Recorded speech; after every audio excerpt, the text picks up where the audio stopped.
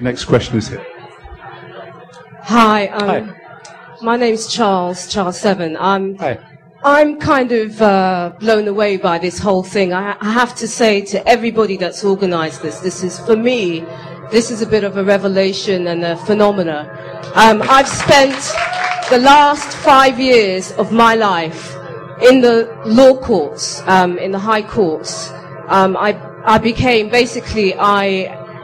went after 10 very corrupt organizations, and I sued them, and in 2006 I won.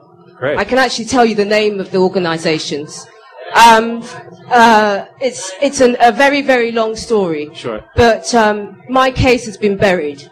It's been buried because they didn't want it to be known that Really? black woman actually live in West London, from nowhere land, sued 10 corporations and won. I studied law myself. Wow. In order to do it. And in the process, I suffered death threats, surveillance. I bet. And a number of witnesses. I collected witness statements about what these organizations were doing from a number of people. We took it to the High Court, and we won a landmark victory. I recently saw the Zeitgeist, and I was kind of blown away by the whole fact that there are a number of people that are aware of what is going on and actually want to do something about it. I physically was put in a position where I had to act. I watched your documentary, and what comes across to me is that for a lot of people it is entertainment. Even though, obviously, as a content, a lot of people come away and it becomes a forum for debate and intelligent talk and discussing of various different groups, Illuminati, Masonic orders, common purpose in this country. There's a whole lot of the Bilderbergers or whatever. You know, it becomes a forum for those kind of discussions. But generally, what I see on a wider scale is basically like the young man in front of me just asked. People don't actually know what to do about it. Now, I have another kind of solution. I understand what you're saying, but I actually think that as somebody who's gone through, I'm a layperson. I studied law off my own back just to do this. And I've spent 5 years of my life doing it. And what I believe is that you have to also have an active role and tackle the judiciary. You have to actually go after some of these people. Sure. It's, you know, even with the 9/11, there's all this talk about all conspiracy theories about the 9/11, that it was done by the American government, etc., etc. But I don't understand, with all this evidence that is being unearthed, why there has been no cases brought up against anybody. This is my... So I'm very interested in what you're doing. There's a number of us in the UK that are very, very serious people. We're interested in running nights like this and joining forces with anybody here, anybody that wants to get involved, talk to us after. And we are, like you, trying to form a collective. We don't have a name, a Zeitgeist, but as long as we're coming from the same place, I think that people should... What do you think about that, tackling the judiciary? What do you personally think about that? We have to use the tools that are available to us, and what you just advocated is definitely a point. At this point in time, it's extremely relevant that we use this system to expose the corporate structure and expose, of course, there have been cases brought against 9/11, for 9/11, but they've always been dismissed because it's been squashed so tremendously by the court system is very much owned, and that's a big part of it too, which is very problematic, especially when it comes to high government-based things. Corporate stuff you can go after, as you said, it was suppressed, which doesn't surprise me. You know, there's like a big corporate, as denoted in this film, there's a big corporate lawsuit against Chevron because they dumped about 18 times the amount of oil that the Exxon Valdez did, but they did it deliberately into the rainforests of the Amazon. And, you know, these things have to happen. They have to be done. But these elements, these corruptions are going to keep happening as long as this system's in place. So the analogy to me is that we can keep stomping on the ants coming out from under the refrigerator, or we can go find the spoiled food and get rid of the spoiled food, because otherwise the ants are just going to keep coming. And that's my broad disposition. But I agree with you. I totally agree with you. But I just don't think that's the end. What was your name again? Charles. if you could stick around for the open mic, I'm sure we can discuss this more, but this is not really the time for comments. The media? Well, hold on. I'm sorry. I want a question from somebody who hasn't spoken, so Diana. Thank you. This is actually a sort of personal question. Okay. As I'm sure you're aware, there's a kind of backlash against you on the internet, and some of it, as might be expected, is from, you know, sort of the rabid so-called Christians that say the whole thing is anti-Jesus. Fine. But what worries me a bit is that some of the people, it's almost, we've become so paranoid, I guess, as a culture, that people who actually believe a lot of the content of your film are also suggesting that you're part of the disinformation campaign yourself. Yes. And I'm just wondering, like, how that affects you personally, how you deal with the absurdity of that, and if you're worried for your own safety, or what do you think about all that? I've looked at the sources of a lot of that. People email me a lot of stuff about that. I have people like Alex Jones who have chosen to directly offend and assault me verbally and do everything he can to basically put everything I say down, which is amazing to me. And I feel that, for example, he has triggered this for more than anybody else. I've had people in the religious community try to make websites to disprove things, but I've never had a hate campaign against me. But this new idea that this is the New World Order, that this is the Illuminati, they go through the film and they say, ooh, he's got a triangle with a sun in it. It must be the fucking Illuminati. And I just think it's so incredible. And Alex Jones, I'm sure a lot of you guys have listened to him, and I have very little comment on that. I also have a similar question, actually, which I've seen a lot of people ask online, which is you making money from selling the films. I'll leave you to respond to that. Do you make money from selling the films? I sell the DVDs for $5.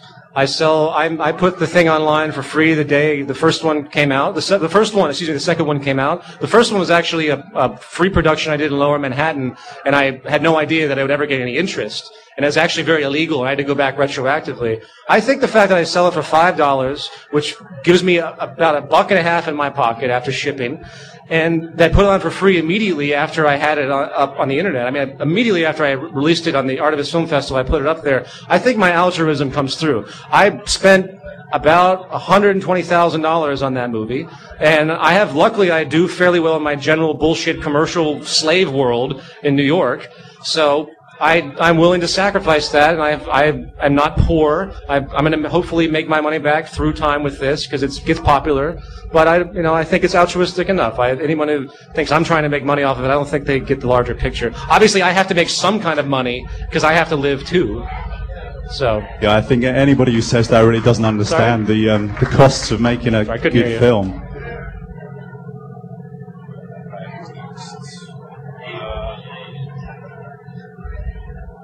Greetings.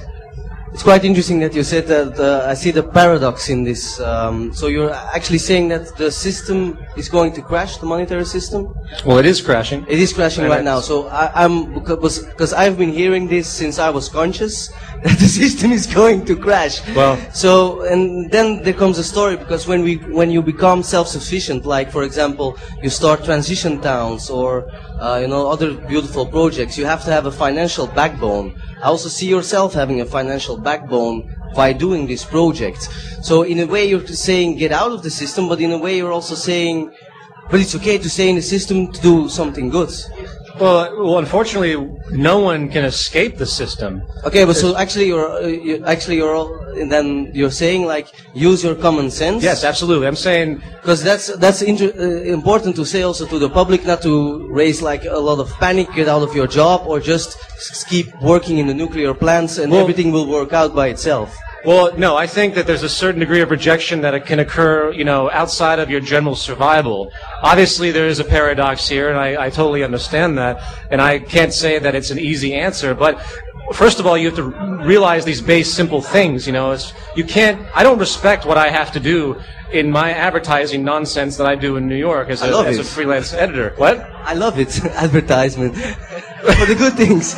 Well, nevertheless, but I understand what I have to do, and I try to conduct myself in the least greed-based orientation I can. Because I don't want to go too far into this, but the business structure is a chiseling mechanism of everyone basically chiseling off of everybody else to get as much money as they can. You know, a businessman walks in and sits down at a table, and there's another businessman across from him, and one's selling something, one's buying something. They're engaging in negotiation, but all they're really doing is trying to screw each other over as best they can. And this goes on every day, all over the world, thousands and millions of times a day, on multiple levels. Like, for example, in our relationships, men sometimes traditionally think that they own their girlfriends or wives. There's these ownership elements that actually occur in like human relationships, and I think that's a distortion too. I mean, obviously there's a commitment between a relationship, but to think that a woman or a man owns each other in some way, like my wife, you lost your wife. Why didn't you hang on to your wife? You know, shit like that. It's very pervasive and it's very sick. So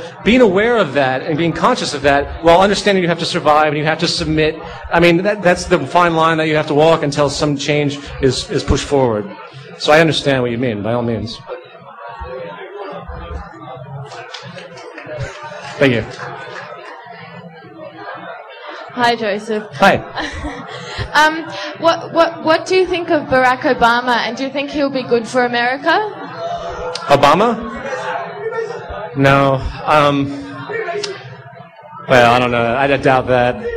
Obama is when you look at his backers, and that's what most people in America don't look at. They don't look at who's actually behind the scenes. First of all, Obama, I think, was the made man a long time ago. McCain had multiple opportunities to go after Obama for all these incredible weaknesses, and he never did, for one. Two, Obama crushed McCain in his overall financing. As I say, as I get to addendum, the more money you have, the more media you're going to get, the more money you have, the higher your odds. So Obama was about 150%. I think it was like 600 million for Obama and 320 million for McCain was the overall financing. That's a lot. And then when you realize that Obama's backers are pure Wall Street, I mean, he just named as his Treasury Secretary the head of the New York Fed. And I'm like, what? This guy's not for change. He's got to be kidding. And so anyway, then one of his main backers that you should be very fearful of is a man named Zbigniew Brzezinski.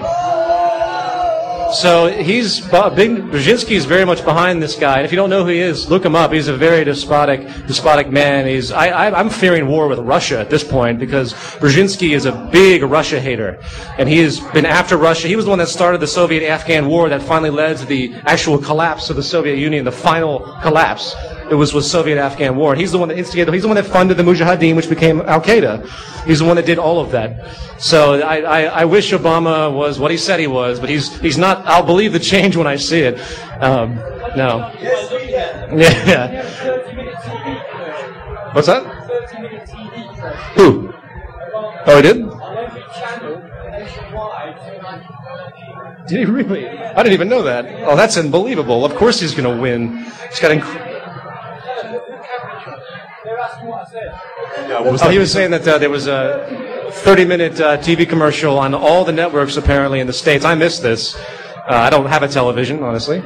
But yeah, 2 nights before the election. So they've been positioning him for a long time. They knew, first of all, if you look at the statistics, they knew a Democrat was going to come in office because this black and white paradigm that people use, all the Republicans have destroyed so much, the Republicans, have destroyed so much in this particular administration, in Bush, that it was a 9 out of 10 chance that a Democrat would be put in position because that's how this mass psychology works. They oscillate back and forth depending on the behavior of the prior president. And of course, the lowest rated president since Nixon was George Bush, the Nixon administration for Watergate, if you're familiar with that.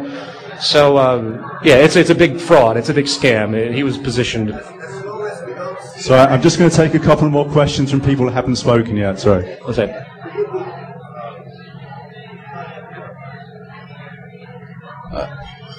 Hello. We've got a stall round the corner here called Simple, and I agree with you. The starting point of any discussion should be that everyone and everything is interconnected, and only from there, can we come to some kind of agreement. Sure. But what I see that what you're expanding the Venus project and also solving, changing the way, going to an era where we don't use money and there are no laws. I think that the Simple campaign would help that, because I see it as a transition period, which is a form of open source global politics and a campaign to drive all governments to cooperate with each other. So it's under that maxim that everyone and everything is interconnected, and I can't be free unless you're free. Right. And it's a non-hierarchical method to achieve that.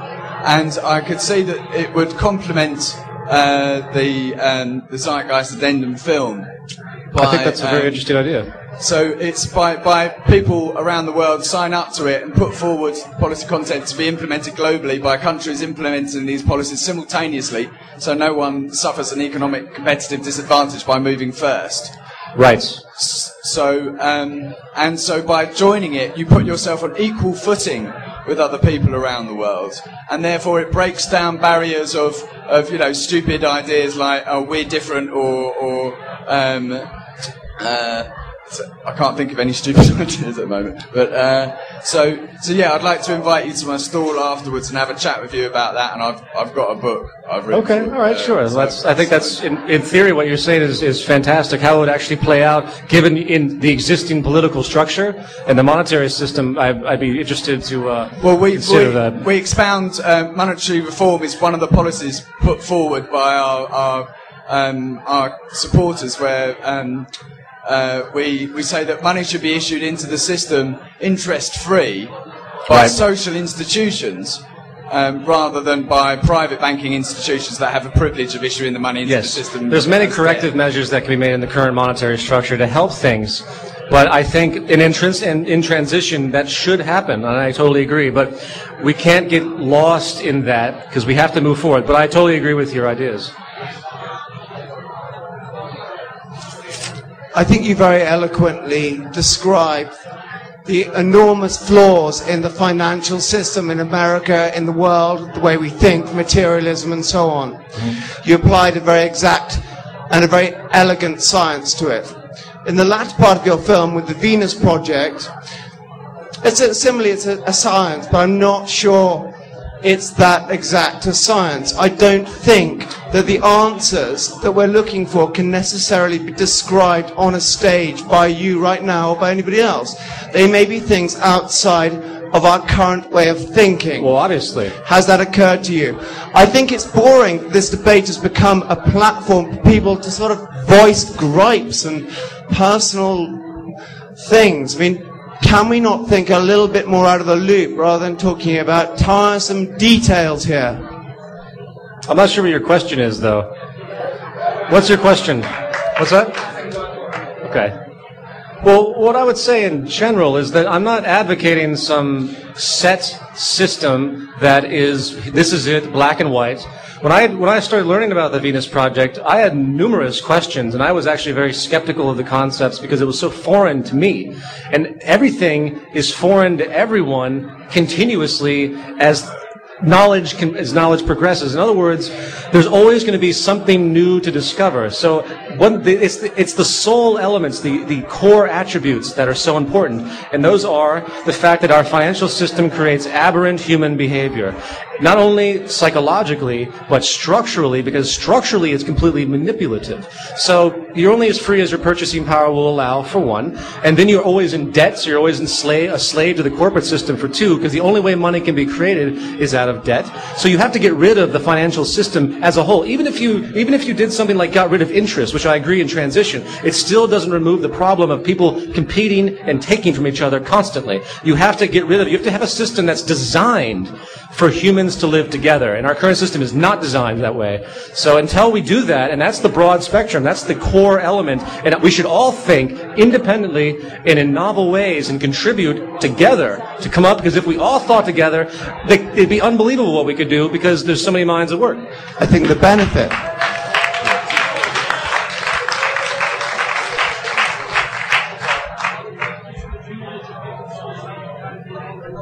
At this moment, At this moment, you can see a lot of information that he's done in his books. There are certain things that are very, very complex, and I've actually talked to him that he does not release because he thinks they would be used for destructive purposes.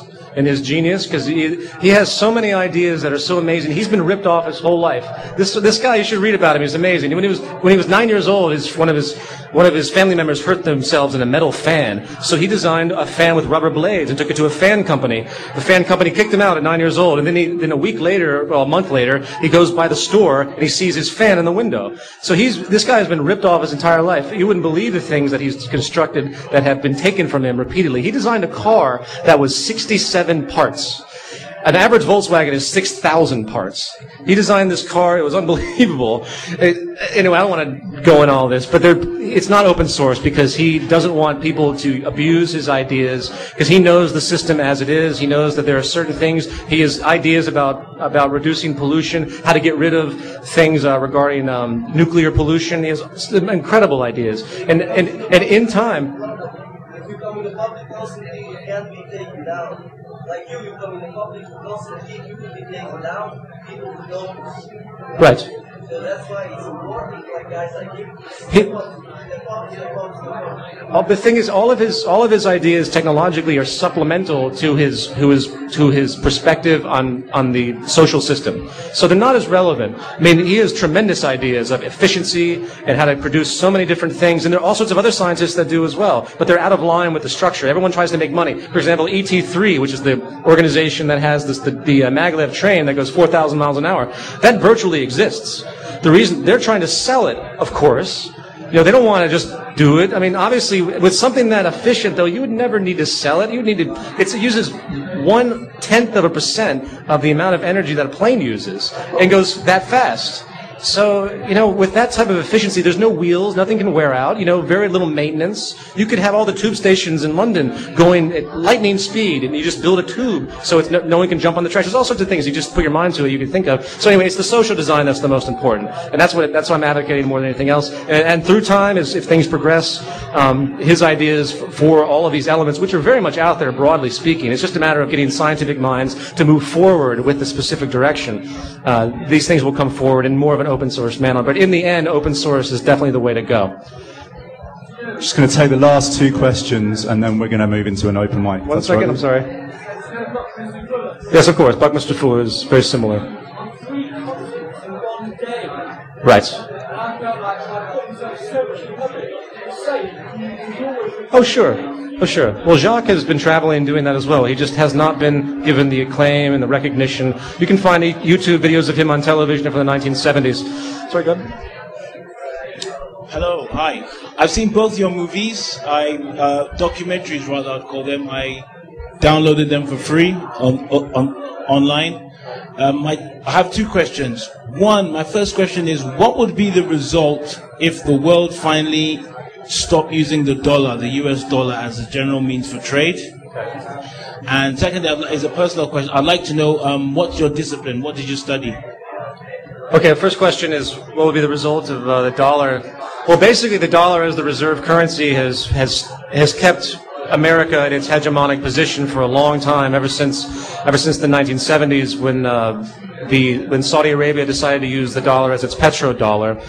And that's been, you know, I think what would happen if the dollar was removed as the world currency, they would just replace it with something else. It would definitely have a strong effect on America, because America has gotten away with so much because every other country needs the dollar to buy oil. So if you want oil in your small country, you have to either take a loan from the World Bank to get the dollar, or you have to go through, which is usually the case, or you have to go and buy the dollar through conversion, which isn't just as easy as converting. They actually have to buy the dollar. So they actually buy bonds, for example, in order to get the dollar, in order to get oil. So if that stops, then it just means further demise for the United States, which is well needed in many ways. But that's basically the ramifications of that. And as far as my discipline, I am a musician, and I studied percussion for many years. That was my training, and then I moved into music because I couldn't make a living wanted as a percussionist, as a musician, as a composer. So I got into the commercial industry in New York, and I was very unrewarding, so I continued my own work. And then I made these 2 films as an altruistic expression, all my music and stuff. So it's very artistic for me in multiple ways, not only as a political expression or a humanist expression, but is more so as a general artistic expression, which is why I do so much with effect and things like that. So thanks.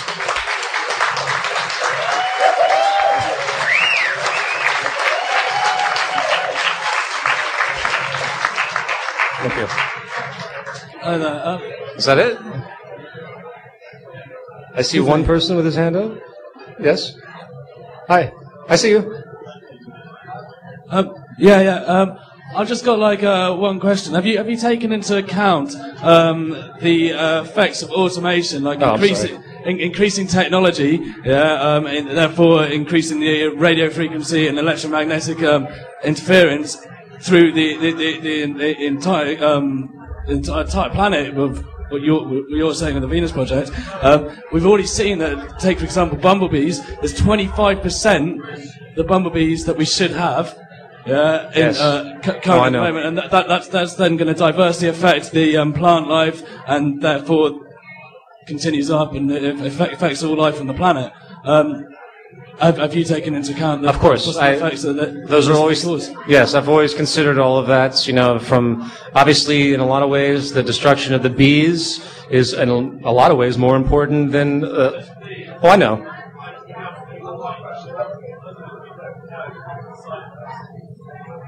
Right. Well, there's so much environmental destruction. There's so much destruction on so many levels.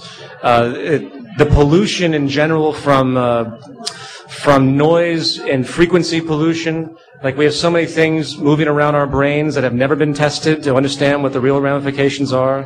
And then, of course, there's so many attributes to it. And the fundamental point is that you can attribute the great majority of these issues to the monetary system because it's coming out of a corporation that wants to cut corners, doesn't do thorough testing, that wants products out for money, or they pollute. Monsanto, companies like this, they use all sorts of crazy stuff and they destroy the environment. And it's so vast how bad things really are on so many levels. And I really think the monetary system and the profit system is to blame more than anything else.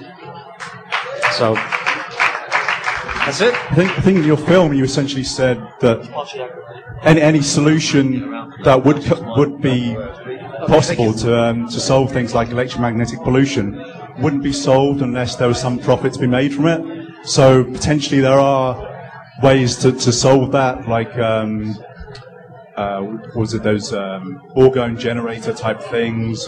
Possibly. I mean, there might be loads of technology out there to deal with electromagnetic pollution we just don't know about because we can't make money from them. I completely agree.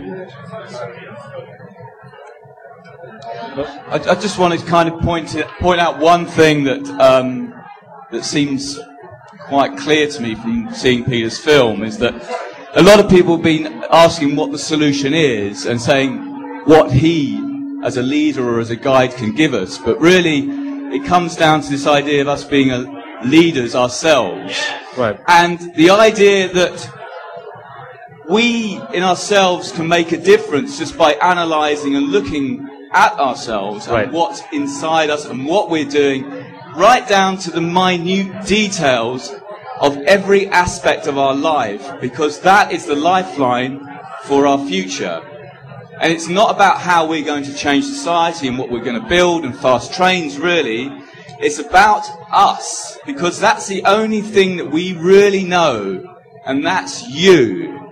And the change in you is our future, and our future for our children. Right. And exactly. And I know Brian wants to say something, but I just want to personally thank Peter for coming all this way to America. He really is a champion of I don't know what the cause is, but he really is a champion for us all. And if we can take just some of the messages and the ideas that are in this film and adapt it and use it for our own purposes and groups and formations, then we're really going to go forward in the future. 1 second, sir. Let me finish because it's important. that we will really go forward in the future and create an amazing civilization, society without boundaries, religions and so forth, and we can do it. We are at a tipping point with massive deadlines crashing towards us, but we can do it. And the addendum shows us a way forward. But it's you, everyone out here, that can do it. And I wish you all the best in the journey. I just have one. I'd like to just ask one thing of you, your opinion, yeah? Because it was stimulated by what you said about Barack Obama being selected, right? And maybe that's true, maybe it's not true. I was a great supporter of Barack Obama, the whole campaign. And the reason why is because as an animal, I could smell an animal that I felt was in good shape, was healthy, right? And the vehicle of our society needs a driver at this time. There has to be a driver, right? I'd rather have a driver there. I mean, I could smell George Bush the moment I saw him. I knew he was bad news. I could smell Barack Obama and I say he's good news. And he can't do our work for us. He's a lens through which we can focus our action. But what I'm concerned about, if we tear down the good people, I don't want to see society crash in a way where there's marauders in the streets and women being raped and kids starving and all the terrible things that happen when a society breaks down. Yes, I'm glad it's breaking down, but I don't want it to break down in a totally chaotic way. And I think it's really important that we support the leaders that come forward, that stand in the light, that we don't tear them down. No, I completely agree. Thank you.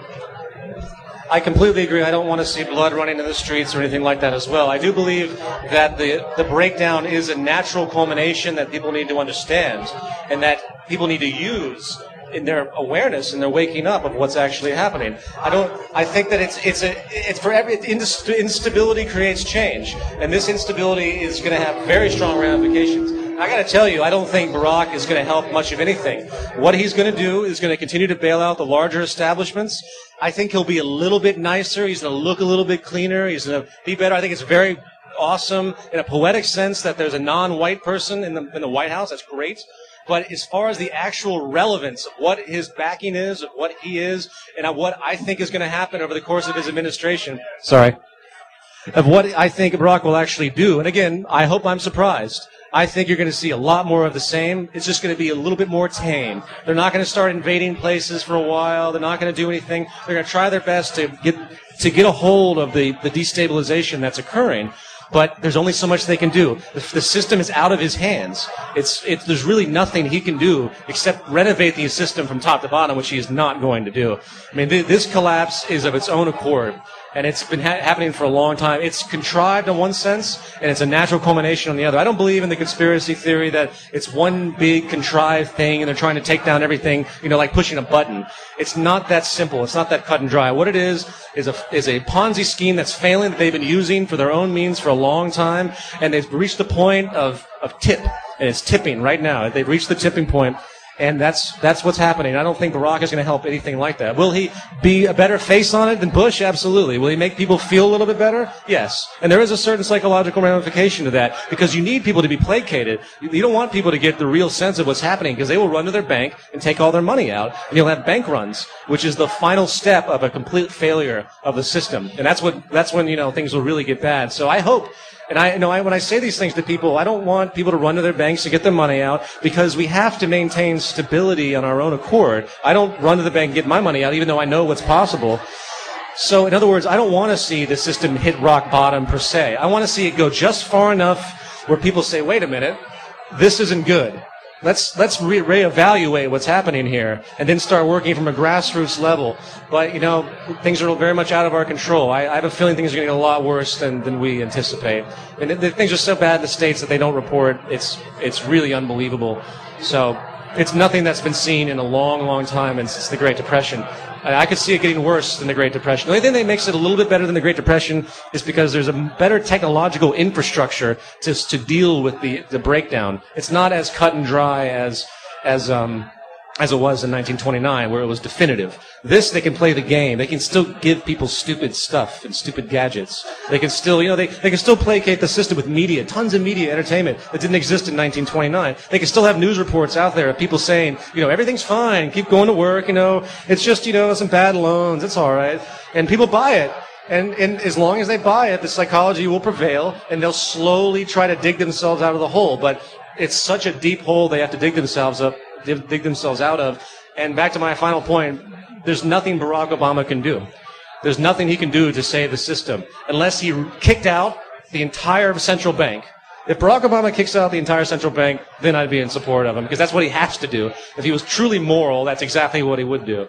But I believe he's bought and paid for him, for the most part.